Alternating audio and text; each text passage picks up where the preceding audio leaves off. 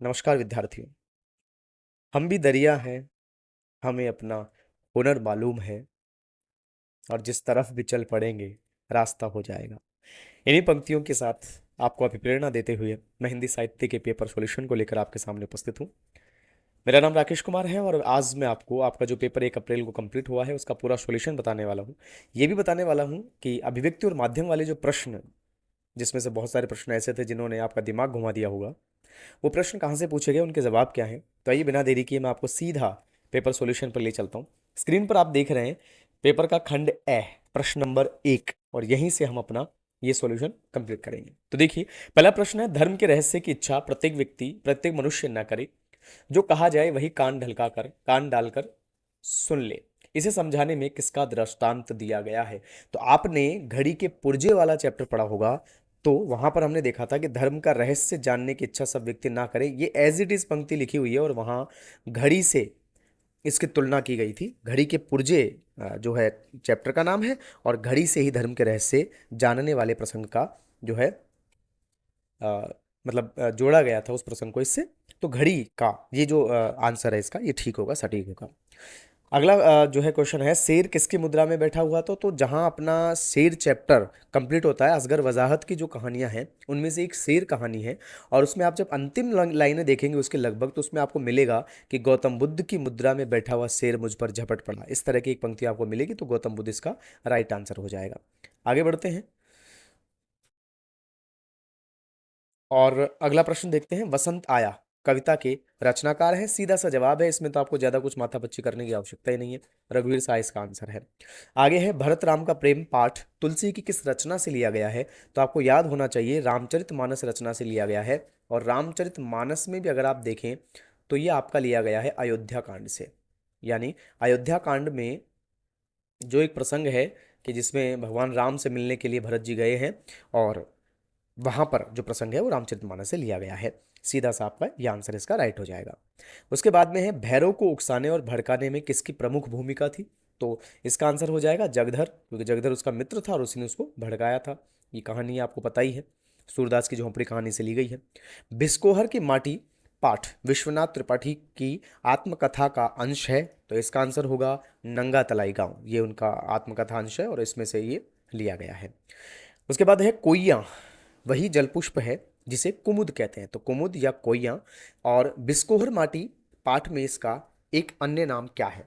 और अपने पास ऑप्शंस दिए गए हैं, कोकाबेली, कमल ककड़ी, कमल पत्र, मशीन। तो इसका आंसर क्या होगा, दीजिए जवाब कमेंट में। चलिए मैं इसका आंसर बता देता हूँ, कोकाबेली नाम से इसका आंसर होगा। अपना मालवा खाऊ उजाड़ू सभ्यता में पाठ जनसत्ता के किस स्तंभ से लिया गया है। और ये स्तंभ कौन सा है, देखिए, ये अपना स्तंभ होगा कागद कारे। कागद कारे नाम से जो स्तंभ है उसमें से ही लिया गया है। इसके बाद आगे देखें तो अपना अगला जो है, मैं अगले पेज पर चलता हूं आपको लेकर। दूसरी किसी विधा के लिए, देखिए ये जो प्रश्न आए थे ना, अभिव्यक्ति और माध्यम में से, बच्चों का दिमाग घूम गया था इसमें, क्योंकि बहुत सारे बच्चे देख रहे थे कि जी जी ऊपर ऊपर से क्वेश्चंस आएंगे, लेकिन ये जो पुस्तक है अपनी अभिव्यक्ति और माध्यम, उसके बाकायदा जो लाइनें हैं वहां से उठकर ये प्रश्न आए हैं। दूसरी किसी विधा के लिए कतई जरूरी नहीं कि वह इसका सहारा ले, लेकिन नाटक का इसके बिना काम नहीं चल सकता। उपयुक्त कथन किसके लिए कहा गया है। सावधानी से देखिए, कथ्य के लिए, नायक के लिए, कल्पना के लिए, संवाद के लिए। तो नाटक में मूल क्या होता है, अगर आपने पुस्तक में नहीं भी पढ़ा होगा तो भी आप इसको समझ सकते हैं। नाटक में मूल होता है संवाद, तो ये बात संवाद के लिए कही गई है। यह शैली कहानी या कथा लेखन की शैली से ठीक उल्टी है, इस जिसमें क्लाइमैक्स बिल्कुल आखिर में आता है। अब यहां पर बहुत सारे बच्चे कंफ्यूज हुए होंगे, क्योंकि क्लाइमैक्स बिल्कुल आखिर में तो कहानी में आता है। आंसर इसका उल्टा पिरामिड शैली है। क्यों है, यहाँ ये जो बात कही गई ना, ये कथा लेखन के लिए कही गई है कि जिसमें क्लाइमैक्स बिल्कुल आखिर में आता है उससे बिल्कुल उल्टी शैली है, और वह शैली कहलाती है उल्टा पिरामिड शैली। तो इसका आंसर होगा उल्टा पिरामिड शैली। इसके बाद आगे चलते हैं। पेन की निब थोड़ी सी मेरे हिसाब से कम होनी चाहिए, तो मैं इसको थोड़ा सा कम कर लेता हूँ आपके लिए। आप शायद ठीक है। तो आइए आगे चलते हैं। आगे लिखा है, विशेष लेखन में डेस्क होता है। यानी जो विशेष लेखन होता है, आपके अलग से बिंदु दिया हुआ है विशेष लेखन, अभिव्यक्ति और माध्यम में। तो उसके लिए पूछा गया विशेष लेखन में डेस्क होता है। तो विशेष लेखन का डेस्क आपको पता होना चाहिए। मैंने क्लास में जब बच्चों को समझाया था, और अगर आप देख भी रहे हैं इस वीडियो को, जिन बच्चों को मैंने क्लास में पढ़ाया है, तो उनको पता होगा यहाँ पर अलग अलग विषयों के लिए विशेष लेखन होता है। क्योंकि विशेष लेखन का मतलब ये होता है कि पर्टिकुलर जो सब्जेक्ट है उसके विषय में इसमें लेखन किया जाता है। तो इसका आंसर हो जाएगा हर्ष भोगले, जसदेव सिंह, नरोत्तमपुरी। ये प्रश्न बहुत बच्चों को समझ में नहीं आया था कि सर कौन सा इसका आंसर है। तो खेल समाचारों के लिए आपने देखा होगा हर्ष भोगले जो है वो एक कमेंटेटर भी हैं, और समाचार में जो खेल समाचार होते हैं उसके बारे में ये जानकारियां देते हैं, बहुत प्रसिद्ध है इसके लिए। तो खेल समाचार इनका आंसर हो जाएगा। अब यहाँ तक हमने एबेसडे वाले प्रश्न कंप्लीट कर लिए हैं। जो भी लोग इसको देख रहे हैं, आप कमेंट करके मुझे ज़रूर बताइए कि इनमें से आपके कितने आंसर जो है राइट हो रहे हैं, और पूरा पेपर होने के बाद मुझे कमेंट में ज़रूर बताइए कि जो मैंने आपको पेपर समझाया उसके हिसाब से आपके लगभग कितने प्रश्न राइट हो रहे हैं। आइए आगे चलते हैं। अब रिक्त स्थानों की बात करते हैं। लिखा है काव्य का वह गुण जिसके कारण वाक्य का अर्थ तुरंत पढ़ने में ही समझ में आ जाता है। जिस बच्चे ने मेरा वन शॉट वीडियो देखा था एग्जाम से पहले, उसको पता होगा मैंने काव्य गुण में बाकायदा ये बात बताई थी कि अर्थ तुरंत समझ में आ जाए पढ़ते ही, वहां पर प्रसाद गुण होता है। तो यहाँ अपना जो ये रिक्त स्थान है उसमें क्या आ जाएगा, प्रसाद गुण आ जाएगा। उसके बाद में लिखा है जब अर्थ सहज ही समझ में न आए। देखिए आराम से पढ़ना है क्वेश्चन को। सबसे पहली बात तो ये है कि जब अर्थ सहज ही समझ में ना आए, या जहां अर्थ को समझने के लिए मस्तिष्क पर बहुत जोर लगाना पड़े। और जोर किस में लगाया जाएगा, जहां क्लिष्टत्व दोष होगा। पढ़ाया मैंने आपको उस दिन। तो आपके यहाँ आंसर में क्या आ जाएगा, क्लिष्टत्व दोष आ जाएगा। और क्लिष्टत्व क्या हो जाएगा, इसका सही आंसर हो जाएगा क्लिष्टत्व दोष। फिर है यह एक मात्रिक विषम छंद है, ठीक है। दोहा रोला छंदों के मेल से बनता है। बहुत ही आसान प्रश्न है, और यकीन मानिए ये मैंने बाकायदा आपको समझाया था जब मैंने वन शॉट वीडियो बनाया था आपके एग्जाम से पहले। क्या बताया था मैंने, जिन बच्चों ने पढ़ा होगा देखा होगा उनको पता होगा क्या समझाया था मैंने बताया था दोहा रोला कुंडली मारनो दो रो है, दो रो आ रहा है तो कुंडलिया छंद है इसमें। मैंने आपको समझाया भी था कुंडली मारना दो रो है, तो इसमें क्या हो जाएगा, कुंडलिया छंद हो जाएगा। ये राइट आंसर है इसका। गीतिका के आरंभ में दो जोड़ने पर हरि गीतिका बनता है। क्यों बनता है, क्योंकि गीतिका में कितनी मात्राएं होती है 26, और हरि गीतिका में कितनी होती है 28। तो अंतर कितने का आ रहा है, दो का। तो दो जोड़ेंगे तो क्या हो जाएगा, हरि गीतिका बन जाएगा। जहां दोनों सामान्य या दोनों विशेष वाक्यों में बिंब प्रतिबिंब भाव। आप अगर मेरा पिछला वीडियो उठाकर देखेंगे ना, मैं ऐसे हवा में बात नहीं कर रहा हूं।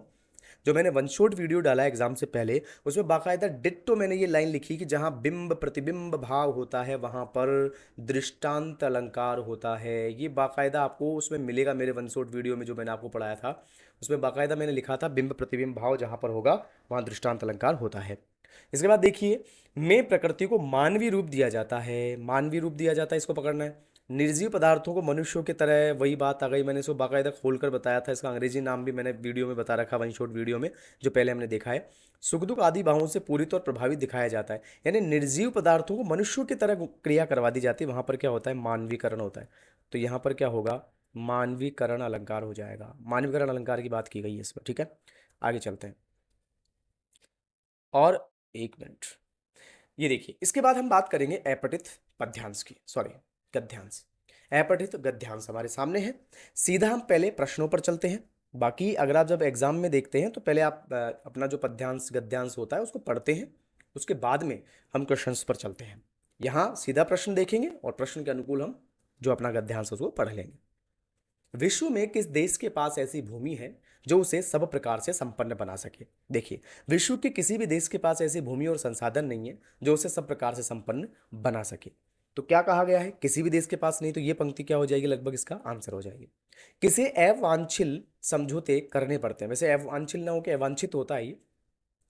यहां पर लिखा है परिणाम स्वरूप उसे दूसरे से दबना पड़ता है और अनिवार्य रूप से अवांछित समझौते करने पड़ते हैं। लेकिन किसको, देखो प्रत्येक देश को किसी न किसी आवश्यकता की पूर्ति के लिए। तो यहां पर आंसर क्या हो जाएगा, किसी भी देश को, जो भी देश है वो संसाधनों की पूर्ति के लिए अन्य देशों के साथ समझौते करते ही करते हैं।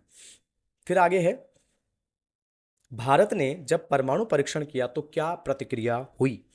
देखिए यहां पर आप देखेंगे परमाणु परीक्षण के पश्चात विश्व ने हम पर कई प्रतिबंध लगा दिए। आंसर क्या हो जाएगा कि भारत ने जब परमाणु परीक्षण किया तो जो अन्य देश थे उन्होंने भारत पर क्या लगा दिए, प्रतिबंध लगा दिए। ये इसका आंसर हो जाएगा। उसके बाद में है इराक वाला मामला। कि इराक पर प्रतिबंध लगने पर क्या हुआ। तो यहाँ पर देखिए, इराक का क्या हुआ, प्रतिबंध लगने के बाद उसे दाने दाने के लिए तरसना पड़ा। तो ये इसका आंसर हो जाएगा कि इराक पर जब अन्य लोगों के द्वारा या अन्य देशों के द्वारा प्रतिबंध लगा दिया गया, तो उसे दाने दाने के लिए मोहताज होना पड़ा, तरसना पड़ा। दाने दाने के लिए मोहताज होने का मतलब ये है कि वो जो है अन्य संसाधनों के लिए बेचारा दूसरों पर डिपेंड था, तो उसे परेशानी का सामना करना पड़ा। ये इसका आंसर है। उसके बाद में आगे चलें तो प्रश्न है अपना, किसे कष्टों का सामना नहीं करना पड़ा। तो यहाँ पर लिखा है, हमने पहले शुरू में भी देखा था कि हमारी तो ऐसी कोई मजबूरी नहीं थी, पिछले दिनों हम इसका प्रत्यक्ष अनुभव कर चुके हैं। परमाणु परीक्षण के पश्चात विश्व ने हम पर कई प्रतिबंध लगाए। परिणाम क्या हुआ? क्या हमारे देश का कोई काम रुका? क्या देशवासियों को किसी तरह का कष्ट के सामना करना पड़ा? तो क्या लिखा हुआ है, किसे कष्टों का सामना नहीं करना पड़ा? भारत देश को इसका आंसर हो जाएगा। अब जैसा हमारा वर्णन था इस गद्यांश में, उसके अनुसार अगर शीर्षक दिया जाए तो क्या शीर्षक दे सकते हैं? भारत की संसाधन संपन्नता। यानी भारत जो है वो संसाधन संपन्न देश है, इसलिए उसे अधिकांश संसाधनों के लिए दूसरों पर डिपेंड नहीं होना पड़ता। ठीक है, आइए बात करते हैं हम अपठित पद्यांश के बारे में। पद्यांश आपके स्क्रीन पर है। मीराबाई का ये पद है, पायो जी मैंने राम रतन धन पायो। और इसमें से आपको प्रश्न पूछे गए हैं, जैसे मीरा ने कैसा धन पाया, तो यहाँ पर लिखा हुआ है राम रतन धन। अच्छा, पद्यांश पे आपको एक सावधानी रखनी है कि पद्यांश का जवाब देते समय आप गद्यांश की तरह जवाब नहीं देंगे। यानी गद्यांश में से कई बच्चे क्या करते हैं, पंक्ति को उठाया उसमें डिट्टो लिख दिया, तो वहाँ थोड़ा वो चल जाता है, लेकिन यहाँ नहीं चलेगा। यहाँ क्यों नहीं चलेगा? क्योंकि पद्यांश का जवाब जब आपसे गद्य में पूछा गया है तो आप जवाब भी वैसा ही दीजिए। क्या पूछ रहा है? मीरा ने कैसा धन पाया, तो आप लिखेंगे पद्यांश के अनुसार मीराबाई ने राम रतन धन पाया है, अर्थात राम रूपी धन पाया है। ये इसका आंसर होगा। सदगुरु ने कैसी वस्तु दी, अब इसका भी हम जवाब ढूंढेंगे। सतगुरु ने कैसी वस्तु दी, नीचे वाली पंक्ति में लिखा है वस्तु अमोलक दी मेरे सतगुरु करी कृपा अपनायो। यानी सतगुरु ने कैसी वस्तु दी? अमोलक। तो क्या आंसर हो जाएगा? सतगुरु ने अमोलक वस्तु दान की है या फिर अमोलक वस्तु दी है। फिर लिखा है सब कुछ खोकर मीरा ने कैसा धन प्राप्त किया। तो यहां पर देखिए लिखा है राम रतन धन पायो, लेकिन नीचे लिखा है जन्म जन्म की पूंजी पाई सब में सब जग में सबे खोवायो। तो खोवायो का मतलब ही क्या होता है? खोना। प्रश्न क्या है? सब कुछ खोकर मीरा ने कैसा धन पाया, तो हम आंसर क्या देंगे? जन्म जन्म की पूंजी, यानी जन्मों से जो पूंजी वो एकत्र कर रही थी, भक्ति रूपी धन, वो उन्होंने प्राप्त कर लिया है। राम के दर्शन उन्हें मिल गए हैं। मीरा के धन की क्या विशेषता है? देखिए लिखा हुआ है खर्चे नहीं कोई चोर न लेवे दिन दिन बढ़त सवायो। मीरा के धन की विशेषता है कि कोई उसे खर्च नहीं कर सकता, कोई चोर उसे चुरा नहीं सकता, और वो ऐसा धन है जो दिन प्रतिदिन बढ़ता ही जाता है। सवायो होने का मतलब सवा गुना डेढ़ गुना होता ही जाता है। तो ये इसका आंसर हो जाएगा। फिर है सत की नाव के खेवटिया कौन है? क्या लिखा है? सत की नाव खेवटिया सतगुरु। देखो आंसर लिखा हुआ है, खेवटिया का मतलब होता है नाव को चलाने वाला। तो सतगुरु लिखा है, तो आंसर क्या हो जाएगा? सत की नाव के खेवटिया स्वयं सतगुरु है। पद्यांश का शीर्षक पूछा गया है, तो शीर्षक क्या दे देंगे हम? शीर्षक हम दे देंगे मीराबाई का पद, या फिर मीरा की भक्ति, राम रूपी धन, मीरा के द्वारा प्राप्त राम रतन धन, या केवल हम ये भी कह सकते हैं मीरा के पद। ये इसका उचित शीर्षक हो जाएगा। इसके बाद आगे चलते हैं। अगला अपना जो खंड ब है उसमें देखिए प्रश्न है रामचंद्र शुक्ल समवयस्क हिंदी प्रेमियों की मंडली में कौन कौन थे। यानी रामचंद्र शुक्ल ने जो अपना एक प्रसंग बताया है कि बद्रीनारायण चौधरी जी के दर्शन करने वो किस तरह से जाते थे, उस समय हिंदी प्रेमियों की उनकी एक मंडली थी। तो आप जब चैप्टर को देखेंगे तो बाकायदे उसमें नाम लिखे हुए हैं। क्या क्या नाम है? काशी प्रसाद जायसवाल, बाबू भगवान दास हालना, बद्रीनाथ गौंड, उमाशंकर द्विवेदी, ये उनके नाम थे। 2 नंबर का प्रश्न है, उसके हिसाब से आपको इसमें डिटेल लिखनी है। उसके बाद में आप देखेंगे काबुली कायदा सुनते ही मोदियाइन तमक कर खड़ी हो गई, संवदिया चैप्टर में से लिया गया है। उस पर आपने देखा होगा संवदिया मोदियाइन के आते ही उन्हें कहता है कि ये काबुली कायदा तुमने खूब सुना है, खूब देखा है। तो वो तमक जाती, तमकती क्यों है? क्योंकि उसमें एक प्रसंग आता है कि मोदियाइन के औसारे में यानी बरामदे में एक व्यक्ति जो था वो वहाँ पर काजू बादाम आदि बेचा करता था, और लोगों से पहले तो मीठा बोलकर चीज़ें दे देता और बाद में उनसे खूब खरी खोटी सुनाकर वसूला करता था, और अंत में गांव वालों ने उन्हें पीट कर भगा दिया। तब से मोदियाइन जो है वो इस बात से चिढ़ने लग गई थी, काबुली कायदा शब्द से। ये इसका थोड़ा सा जवाब हो जाएगा, आप अपने तरीके से बनाकर इसको लिख सकते हैं, और आई होप आपने ऐसा लिखा भी होगा। सरोज स्मृति कविता की मूल संवेदना क्या है? सीधा सा वर्णन है, मैंने आपको बताया था निराला के जीवन की सबसे बड़ी शोकग्रस्त कविता अगर कोई है, शोकाकुल कर देने वाली कोई कविता है, तो फिर वो क्या है? सरोज स्मृति। तो मूल संवेदना यही है कि सरोज जो उनकी बेटी थी निराला की, उसकी मृत्यु के बाद उन्होंने बहुत विह्वल भाव से ये कविता लिखी है और उसके वैवाहिक जिंदगी और उससे पहले के जीवन के बारे में बताया है। और अंततः उन्होंने कहा, आकाश बदल कर बना मही, कि आकाश में बैठी उनकी माँ, सरोज की माँ, यानी वो मानो सरोज के रूप में अब धरती पर आ गई है, ऐसा प्रसंग है, उसके बारे में आप इसमें बता सकते हैं। इस प्रकार इसका आंसर आप दे सकते हैं। आगे देखें अगर, तो अगला अपना जो प्रश्न है वो है, कुसुमित कानन हेरी कमल मुखी मुदी रहे दुनयान, काव्य पंक्ति का आशय स्पष्ट कीजिए। अगर आप याद करेंगे तो पाएंगे कि विद्यापति पदावली से ये पद लिया गया है और इसमें बताया गया है, कुसुमित कानन यानी फूलों से भरे हुए बगीचे को हेरी यानी देखकर कमल के समान मुख वाली वह नायिका अपने दोनों नेत्र बंद कर लेती है, क्योंकि वह विरह में जीवन जी रही है, वह बहुत दुखी है नायक के दूर होने के कारण। ऐसा आप वर्णन इसमें कर सकते हैं। इसके बाद है, जगदर का मन आज खोंचा लेकर गलियों में चक्कर लगाने में न लगा, जगदर के लिए ऐसा क्यों कहा गया, पठित पाठ के आधार पर बताइए। तो आप इसमें बताएंगे, सूरदास की झोपड़ी जो आपका चैप्टर है उसमें से ये प्रसंग जो है वो आया है। और इस प्रश्न में कहा गया है कि जगधर, जब भैरव ने क्या किया, भैरव ने वो जो भैरव पात्र इसका मित्र जगदर का, और भैरव ने जब वो पोटली ले ली पैसों वाली, तो जगधर जो वो अत्यंत दुखी हो गया कि मुझे काश ये पैसों की पोटली मिलती तो शायद मुझे इस तरह से घूमना फिरना नहीं पड़ता, पर ईर्ष्या के कारण उसका मन उसमें नहीं लगा। ये आप बता सकते हैं। फिर है, अमेरिका की खाऊ जाड़ू जीवन पद्धति ने दुनिया को कैसे प्रभावित किया, पठित पाठ के आधार पर लिखिए। खाऊ जाड़ू अपना मालवा खाऊ जाड़ू सभ्यता में, वहां से ये लिया गया है और उसमें बताया गया है कि किस तरह से जो है अमेरिका के द्वारा संसाधनों का दोहन किया गया है और उसी का अनुसरण करने के कारण आज दुनिया बहुत प्रभावित हो गई है, वायुमंडल बहुत दूषित हो गया है। इस तरह का वर्णन इसमें आप कर सकते हैं। आगे चलते हैं, अब आ जाता है आपका काव्य शास्त्र। अगर आप याद करेंगे तो पाएंगे कि काव्य शास्त्र में मैंने बहुत अच्छे से आपको अलंकारों को पढ़ाया था और वहीं पर से एक सीधा सा प्रश्न आ गया है, प्रतीप अलंकार को उदाहरण सहित समझाइए।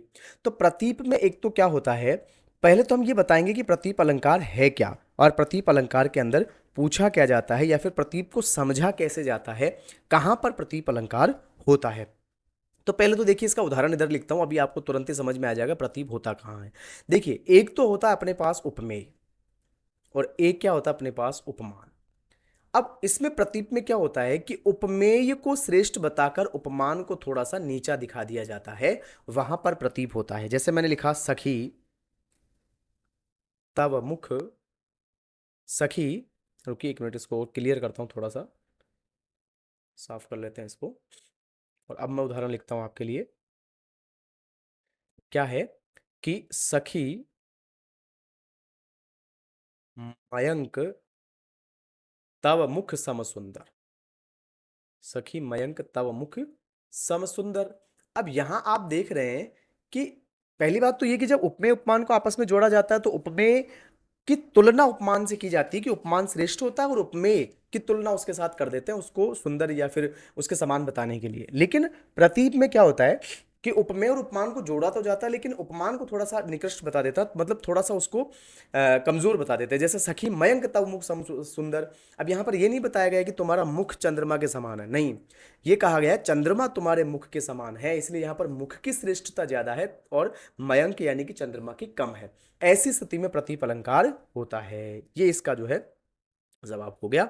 आगे चलिए, इसके बाद हम बात करें कविता में बिंब और छंद किस प्रकार सहायक होते हैं। तो सीधी सी बात है, पहले तो आपको पता होना चाहिए बिंब क्या होते हैं, फिर पता होना चाहिए छंद क्या होता है। छंद तो आपके कोर्स में भी आपने पढ़ा है आराम से। बिंब का मतलब होता है कि कविता में अधिकांशतः चार तरह के बिंब होते हैं। देखिए, एक तो होता है दृश्य बिंब, एक होता है श्रव्य बिंब, एक होता है विचार बिंब और एक होता है अपने भाव बिंब। तो ये सब क्या करते हैं कि कविता को मस्तिष्क में एक तो चित्र की तरह उभारने में बड़ा सहयोग करते हैं कि दृश्य बिंब होगा। जैसे आपने अगर आलोक धनवा की पतंग कविता पढ़ी है तो उसमें दृश्य और श्रव्य दोनों बिंब प्रयुक्त हुए हैं। दृश्य बिंब तो कहाँ है, उसमें एक पंक्ति आती है कि मानो जो वसंत है वो इसी प्रकार दूर कहीं से चलकर आ गया, सॉरी वसंत क्या, शरद ऋतु, कि शरद जो है दूर कहीं से साइकिल के चमकीले इशारे करता हुआ आ रहा है मानो, तो ये दृश्य बिंब है। घंटी को जोर जोर से बजा रहा है, श्रव्य बिंब है। तो ये क्या करते हैं, कविता में एक जीवंतता भर देते हैं, और छंद जो होते हैं वो गति और रस को उत्कर्ष कर देते हैं, या फिर उनको जो है एक लयबद्ध तरीके से पेश करने में काम आते हैं कविता में। इसलिए ये कविता के रस को और उसके आनंदित कर देने वाले भावों को वृद्धि करने के लिए काम आते हैं। समाचार लेखन में मुखड़े यानी इंट्रो को समझाइए। थोड़ा सा पहले हम बोर्ड को साफ कर लेते हैं ताकि आपको यहाँ लिखने में मुझे भी आसानी रहे। चलिए, तब तक आप चैनल को सब्सक्राइब कर सकते हैं अगर आपने चैनल को सब्सक्राइब नहीं किया अभी तक, और वीडियो को लाइक करें, अपने दोस्तों के साथ भी शेयर जरूर कर लें। तो आइए देखते हैं, यहाँ थोड़ा सा जगह साफ कर लेता हूँ ताकि मुझे लिखने में आसानी रहे। चलिए, अब प्रश्न अपना क्या है, इंट्रो। मैंने आपको बताया था, जो बच्चे मेरे पास क्लास में पढ़ते हैं उनको, और देखिए मुखड़े यानी इंट्रो, जब समाचार लिखा जाता है तो उसमें उल्टा पिरामिड शैली होती है, यानी इस तरह की शैली में लिखा जाता है, ये उल्टा पिरामिड है। और उसमें ऊपर यहाँ तो आता है इंट्रो, यहाँ आती है बॉडी बीच में, और फिर आ जाता है समापन। ये तीन भागों में समाचार को बांटा जाता है। और जब समाचार लेखन किया जाता है तो आपने देखा होगा 6 ककार प्रयोग किए जाते हैं। अब वे 6 ककार कौन कौन से हैं, चलिए देखते हैं। 6 ककार होते हैं, इसको थोड़ा सा और साफ कर लूँ, ये तो आपको समझ में आ भी गया होगा वैसे भी। अब 6 ककार कौन कौन से हैं, एक ककार होता है क्या, कौन, कब, कहाँ, इस तरह से, और फिर होते हैं क्यों और कैसे। लेकिन जो इंट्रो होता है उसमें क्या, कौन, कब, कहाँ, ये जो 4 अपने ककार है उनका प्रयोग इसमें किया जाता है। एक तो आप ये बता सकते हैं कि समाचार लेखन की शुरुआती जो पंक्तियां होती है 3-4, उसको मुखड़ा या इंट्रो कहते हैं, और इसमें 6 ककारों में से 4 ककार क्या, कौन, कब, कहाँ, इनका जवाब दिया जाता है। ये आपका सटीक आंसर हो जाएगा। इसके बाद बात करें विशेष लेखन के क्षेत्र में खेल पत्रकारिता की विशेषता लिखिए, तो आप आराम से बता सकते हैं विशेषीकृत और विशेष लेखन जो है उसमें हमने इसको खूब अच्छे से पढ़ा है, आराम से आप बता सकते हैं। खेल पत्रकारिता की विशेषताएं बता सकते हैं कि किस तरह से उसमें वर्णन होना चाहिए, खेल पत्रिका में अनौपचारिक भाषा का प्रयोग भी किया जा सकता है, वो सारी बातें आप इसमें बता सकते हैं। आइए आगे बात करते हैं। अब देखिए परिचय, यहाँ देखिए मैंने आपको कई बार भी कहा है, क्लास में भी बच्चे कई बार कहते थे सर अथवा में आता है परिचय, अथवा में आता है, और यहाँ कोई अथवा नहीं आया। बच्चे कहते थे सर एक लेखक याद कर लें हम, तो लेखक लेखक याद कर लें, कवि आएगा नहीं आएगा कोई पता नहीं, क्योंकि ये तो क्या होता है कि कवि और लेखक अथवा में आते हैं। अब यहाँ देखो उसने क्या किया है, आपको यहाँ पर भीष्म साहनी दे दिया और रघुवीर साय भी दे दिया, ये इधर लेखक भी दे दिया और कवि भी दे दिया। अब आप क्या करेंगे इस कंडीशन में, इसीलिए मैं कहता हूं कि कोई भी कमी मत छोड़िए अपनी मर्जी से, क्योंकि ये एग्जाम है भाई, इसका कोई पता नहीं है कहाँ क्या चीज़ पूछ ली जाए। ठीक है, तो चलिए भीष्म साहनी को थोड़ा सा जानते हैं। भीष्म साहनी और रघुवीर साय दोनों ही बहुत इंपॉर्टेंट है वैसे। भीष्म साहनी का जन्म हुआ 1915 में, और 2003 में इनका देहांत हो गया। तो देखो 2 नंबर की चीज़ है, 2 नंबर के हिसाब से आपको इसको लिखना है, तो क्या लिखेंगे, थोड़ा बहुत एक तो जन्म के बारे में बता दिया, 2003 सॉरी 2003 तक, यहाँ लिख देता हूँ, ये 23-24 लिखने की बहुत आदत पड़ रही है। 2003, 1915 से 2003 तक इनका जीवन काल रहा, आप ये बता सकते हैं। रावलपिंडी जो वर्तमान पाकिस्तान में है वहाँ पर इनका जन्म माना जाता है, भीष्म साहनी की हम बात कर रहे हैं। और इनकी 1-2 रचनाएं भी आप लिख सकते हैं, जैसे इनकी रचना है भाग्य रेखा, इनकी एक बहुत महत्वपूर्ण रचना है। और जैसे पहला पाठ गुलेल का खेल, तमस इनकी महत्वपूर्ण रचना। तमस आप जरूर लिखते तो बहुत अच्छा था, अगर आपने लिखा है तो बहुत बढ़िया है, क्योंकि देखिए तमस इनका बहुत अच्छा एक ग्रंथ है, और उसको साहित्य अकादमी पुरस्कार मिला है। जिन ग्रंथों को पुरस्कार मिलते हैं ना वो अपने आप में महत्वपूर्ण हो जाते हैं, ये आप याद रखिए। तो अब हम आगे चलते हैं, रघुवीर साय की बात करते हैं। रघुवीर साय का जन्म हुआ है 1929 में, और 1990 में इनका देहांत हो गया, 1929 से 1990। और लखनऊ यूपी में इनका जन्म हुआ ही है, कोई दिक्कत ही नहीं है, तो आप ये लिख सकते हैं लखनऊ यूपी या उत्तर प्रदेश। उसके बाद में 1951 में अंग्रेजी से इन्होंने एमए किया। दूसरा सप्तक के कवि हैं, सबसे बड़ी बात तो ये है कि ये जो है दूसरा सप्तक के कवि हैं। आगे के द्वारा जो सप्तक चलाया गया उसमें दूसरा सप्तक जो था उसके कवि रघुवीर साय हैं। फिर रचनाएं लिख सकते हैं आप इनके 2-4, क्योंकि 2 नंबर का ही प्रश्न है। सीढ़ियों पर धूप में, हंसो हंसो जल्दी हंसो, लोग भूल गए हैं। अच्छा, लोग भूल गए हैं इनका महत्वपूर्ण ग्रंथ है, क्योंकि उसको साहित्य अकादमी पुरस्कार दिया गया है। ठीक है, तो इस तरह से आप इनके जवाब लिख सकते हैं, और आपने लिखा होगा मैं मानता हूं। आगे देखिए, विरहिणी नायिका नायिका पर 12 मासों का प्रभाव किस प्रकार होता है, लिखिए। आपको पता है, पढ़ चुके हैं हम, बारहमासा वर्णन पढ़ चुके हैं। और बारहमासा वर्णन में विरहिणी नायिका के शरद ऋतु में यानी सर्दी में उसके शरीर पर कैसा प्रभाव पड़ता है, कैसे कमजोर हो गई है, वर्षा ऋतु में क्या होता है, सारा वर्णन आपने पढ़ा है। तो उसको एक बढ़िया सी समरी बनाकर आप इसमें लिख सकते हैं। देवसेना का गीत जयशंकर प्रसाद की रचना से लिया गया ही है। मूल संवेदना क्या है, देवसेना जीवन भर अकेली रही और उसके बाद में अंतिम दिनों में जब स्कंदगुप्त का प्रस्ताव उसके पास आया तो उसने कहा कि अब मैंने जीवन भर वैसे भी सबकी दृष्टि से स्वयं को बचाकर ये जीवन बिताया है, और अब अंतिम समय में अगर स्कंदगुप्त मेरे जीवन में आ भी जाए तो उसका कोई महत्व नहीं है। आह वेदना मिली विदाई, मैंने भ्रमवश जीवन संचित मधुकरियों की भीख लुटाई। ये कविता का जो है शुरुआती दौर है, और ये आप समझ गए होंगे मैं क्या कहना चाह रहा हूँ। बात करते हैं साझा कहानी की।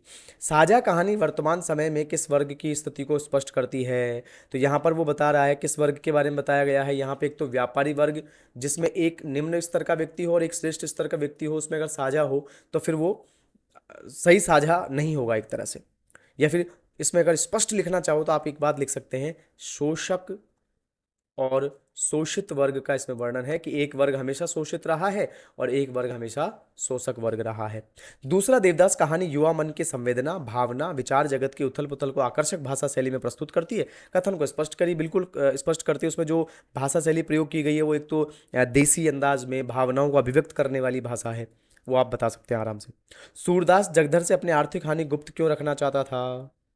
ये सूरदास की झोपड़ी से लिया गया है, और इसमें आप बता सकते हैं क्योंकि वो ये चाहता था कि वह अचानक अपने बेटे का विवाह करके और अपने अच्छा घर बनाकर ये दिखाना चाहता था कि जो दिव्यांग व्यक्ति होते हैं उनकी मदद ईश्वर करता ही करता है। ये बात वो बताना चाहता था, इसलिए वो ये नहीं चाहता था कि लोगों को ये पता चले कि जो सूरदास जो कि अंधा है उसके पास ये धन कहाँ से आया, क्योंकि लोग उसको जो है बुरा भला कहेंगे कि अंधा व्यक्ति है, कहाँ से इतना धन पा गया है। इस प्रकार का प्रसंग आपने आराम से पढ़ा है कहानी में।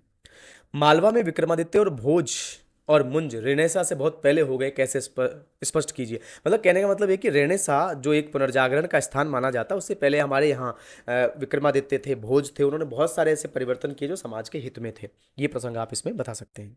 इसके बाद बात करें तो अब आ जाता है अपना सप्रसंग व्याख्या गद्यांश। देखिए, दुरंत जीवन शक्ति है, कठिन उपदेश है, जीना भी एक कला है।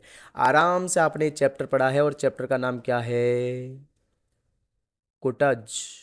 कुटज हजारी प्रसाद द्विवेदी का निबंध है, और मैंने आप लोगों से कहा था कि हजारी प्रसाद द्विवेदी का एक पैराग्राफ निश्चित रूप से आपके एग्जाम में पूछा जाएगा, और ये आपके वहाँ से आया ही आया है। सारा मैंने पढ़ा रखा आपको क्लास में, जो बच्चे मुझसे पढ़ते हैं। और आगे आने वाले वीडियोस में अब मैं प्रयास ये करूँगा, क्योंकि एक तो देखो समय नहीं मिलता, इस वजह से मैं वीडियोस कम अपलोड कर पाता हूँ, लेकिन बच्चे कई बार जो है गुजारिश करते रहते हैं कि सर आप प्लीज़ ऐसा करिए, हमारे लिए रोज़ वीडियोस बनाइए। तो आने वाले समय में मैं व्याख्या वाले वीडियो भी आपके लिए उपलब्ध करवाऊंगा इस चैनल पर। तो आप नए हैं तो चैनल को सब्सक्राइब जरूर कर लें। आगे देखिए, एक भरे पूरे ग्रामीण अंचल को कितनी नासमझी और निर्ममता से उजाड़ा जा सकता है। सिंगरौली वाला जो पार्ट था अपना, उसमें से लिया गया है ये। आगे देखिए, इसके बाद में बात करते हैं, अब नेक्स्ट पेज पर चलते हैं। नेक्स्ट पेज पर क्या है? पद्यांश आ गया है। सीधा सा देखिए, रामचरितमानस, भरत राम का मिलन, भरत राम प्रेम वाला जो प्रसंग था अपना, पुलक शरीर सभा बैठाड़े, नीरज नयन नेह जल बाढ़े। शुरुआत से ही दे दिया है, ये पैराग्राफ ही वहीं से शुरू होता है जहाँ से चैप्टर शुरू होता है। बहुत ही अच्छी ये व्याख्या थी, और आपने आराम से इसे कर लिया होगा। बहुत सरल है, कोई दिक्कत नहीं है इसमें। इसके बाद में अगला पैराग्राफ कौन सा आया है अपना? अगला पैराग्राफ आया, ये मधु है स्वयं काल की मौना का युग संचय। और आपको पता होगा ये चैप्टर आपसे पूछा गया है अज्ञेय के पाठ से। ये दीप अकेला है गर्व भरा मदमाता, वहाँ से ये लिया गया है। बड़ा सरल है कि यह मधु है स्वयं काल की मौना का युग संचय, कि जो व्यक्ति है समाज से अलग तो है, लेकिन मानो काल रूपी टोकरी में भरे हुए मधु के समान ये समाज के लिए है। पूरा प्रसंग बड़ा सरल है, आप कर सकते हैं। 400 शब्दों में निबंध पूछा गया है। एक चीज़ आप हमेशा याद रखिए, अगर आपने एग्जाम दे दिया है तब भी अपने बच्चों को बताइए, अपने जो छोटे भाई बहन हैं, बच्चों से मेरा मतलब है, और उनको आप बताइए कि निबंध जो है उसमें एक चीज़ आप याद रखें, कंपलसरी हिंदी और साहित्य में एक थोड़ा सा अंतर होता है। कंपलसरी हिंदी में बहुत चर्चित और सामाजिक समस्याओं वाले निबंध ज़्यादा आते हैं, और अपने यहाँ पर साहित्य में एक तो साहित्यिक जीवन से जुड़े हुए, देखिए मेरा प्रिय कवि, ये तो अधिकांशतः पूछा ही पूछा जाता है इस तरह का प्रश्न, तो जैसे सूरदास हो गया, तुलसी हो गए। और एक सांस्कृतिक जीवन से जुड़े हुए निबंध ज़्यादा आते हैं, जैसे देखिए पर्यटन स्थल पूछ लिया यहाँ पर, है ना, ये जीवनादर्श पूछ लिया, इस तरह के निबंध आते हैं। और निबंधों में एक चीज़ आप हमेशा याद रखिए कि पहले आप रूपरेखा बनाइए। रूपरेखा से मतलब होता है कि जो आप लिखने वाले हैं, जो आप बताने वाले हैं, वो जरूर बताइए। जैसे एक पहला पॉइंट बना दिया, फिर दूसरा पॉइंट बना लिया, तीसरा पॉइंट हो गया, चौथा पॉइंट हो गया, पांचवा पॉइंट हो गया। इसमें से 2 पॉइंट तो देखो, फर्स्ट पॉइंट तो अपना प्रस्तावना होता ही होता है, सीधी सी बात है, और अंतिम अपना उपसंहार होता ही होता है। ये 2 तो ऐसे कैसे हो गए, 3 पॉइंट आप अपने हिसाब से बनाइए। इस तरह से रूपरेखा बनाइए, फिर 1 नंबर लगाकर प्रस्तावना लिखा और फिर वहां से लिखना शुरू किया। पूरा इस तरह डिजाइन करके अगर आप करते हैं और बीच बीच में अगर आप सुविचार लिखते हैं, मैंने आपको कई बार बताया भी है निबंध लेखन के बारे में, और मैं निबंध लेखन का सेपरेट वीडियो भी आपके लिए लेकर आने वाला हूँ, तो जरूर उस वीडियो को आप देखिएगा। पूरा उसमें समझाने वाला हूँ कि निबंध अच्छे से कैसे लिखा जाए। तो सुविचार भी आप बीच बीच में लिखिए। इस तरह से हमने आज ये आपका पेपर सॉल्यूशन कंप्लीट कर लिया है। इसके आगे की चर्चा हम करेंगे आने वाले वीडियोज़ में। आगे की चर्चा से मेरा मतलब है कि आगे जो पॉइंट्स है, एक तो कंपलसरी हिंदी का आपका पेपर है, इसके अलावा अन्य जो बिंदु हैं आपके साहित्य के या फिर अन्य विषयों के, उन सबको लेकर मैं उपस्थित होऊंगा। तब तक के लिए नमस्कार, धन्यवाद।